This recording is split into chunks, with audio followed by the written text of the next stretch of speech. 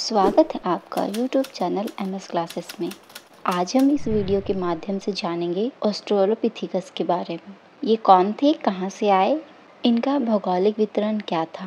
तो आइए जानते हैं ऑस्ट्रेलोपिथेकस का अर्थ। ऑस्ट्रेलोपिथेकस का अर्थ होता है दक्षिणी कपिल, यानी कि ऑस्ट्रेलो मतलब दक्षिणी और पिथेकस मतलब कपिल। इस तरह से ऑस्ट्रेलोपिथेकस का शाब्दिक अर्थ दक्षिणी कपिल पड़ा। अगर हम ऑस्ट्रेलोपिथेकस के अवशेषों की बात करें तो ये अवशेष 1924 में दक्षिण अफ्रीका के टांग्स नामक स्थान पर रेमंड डार्ट को प्राप्त हुआ और डार्ट ने ही इसे ऑस्ट्रेलोपिथेकस नाम दिया। और इसके विश्लेषण से यह भी ज्ञात हुआ है कि इसके अवशेष के रूप में कपाल था।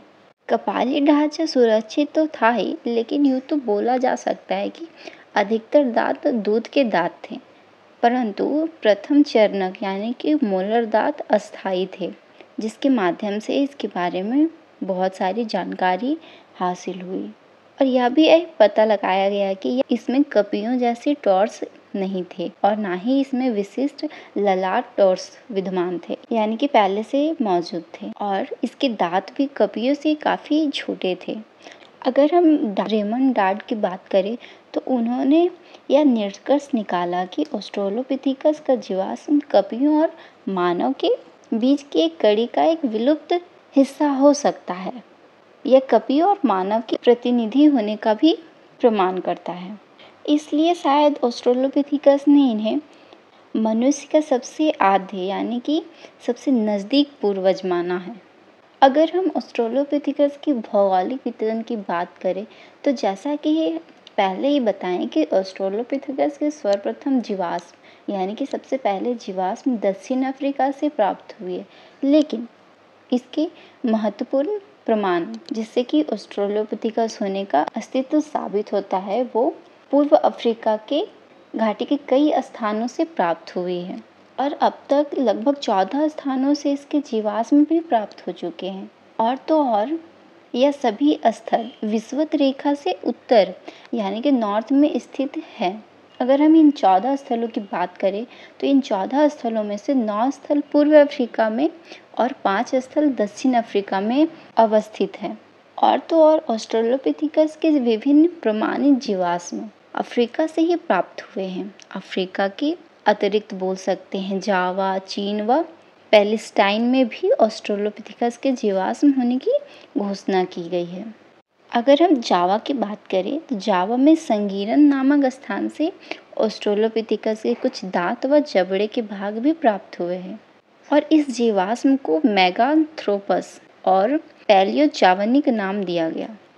अगर हम ऑस्ट्रेलोपिथेकस की वर्गीकरण की बात करें तो जैसा कि ऑस्ट्रेलोपिथेकस के भौगोलिक वितरण की चर्चा के अंतर्गत हमने देखा कि पूर्वी अफ्रीका से ऑस्ट्रेलोपिथेकस की 2 जातियां ग्रेसाइल और रोबस्ट प्राप्त हुए, लेकिन बाद में यह माना जाने लगा कि ये दोनों जातियां अलग अलग जनसंख्या में निवास करती थी, क्योंकि ग्रेसाइल का अस्तित्व यानी कि प्रादुर्भाव रोबस्ट से पहले हो चुका था। अगर हम रोबस्ट जाति की बात करें तो उसका शारीरिक आकार ग्रेसाइल से बड़ा था और रोबस्ट ऑस्ट्रेलोपिथेकस का अग्रचर्णक और चर्णक मोलर दांत की तुलना में बड़ा था। अगर हम रोबस्ट की दूसरी जाति की बात करें तो वो दक्षिण अफ्रीका में आज से लगभग 18 लाख वर्ष पूर्व पाई जाती थी। रोबस्ट की दूसरी जाति की बात करें तो देखेंगे कि दक्षिण अफ्रीका में आज से लगभग 18 वर्ष पूर्व पाई जाती थी। और तो और पूर्वी अफ्रीका के रोबस्ट में शारीरिक आकार में छोटी थी। और इन सभी जातियों के रोबस्ट के अवशेष 9 लाख वर्ष पूर्व तक प्राप्त हुई है और इसे ऑस्ट्रेलोपिथेकस रोबस्ट भी कहा गया है। और ग्रेसाइल ऑस्ट्रेलोपिथेकस की बात करें तो यह दक्षिण अफ्रीका में 20 लाख वर्ष पूर्व माना गया। और तो और रोबस्ट की तुलना में इसका शारीरिक आकार छोटा था, लेकिन चेहरा तो छोटा था परंतु इसका जबड़ा शेष कपाल की तुलना में यानी कि पूरे चेहरे की तुलना में बोल सकते हैं तो काफ़ी बड़ा था। और इसके दांत आधुनिक पैमाने के अनुसार बड़े थे। अगर हम इसकी वर्गीकरण को अगर अच्छी तरह से जानने का प्रयास करें तो इस चार्ट के माध्यम से हम आसानी से समझ सकते हैं कि ऑस्ट्रेलोपिथेकस को 2 वर्गों में बांटा गया, ग्रेसाइल फॉर्म या ऑस्ट्रेलोपिथेकस, दूसरा रोबस्ट फॉर्म या पैरांथ्रोपस।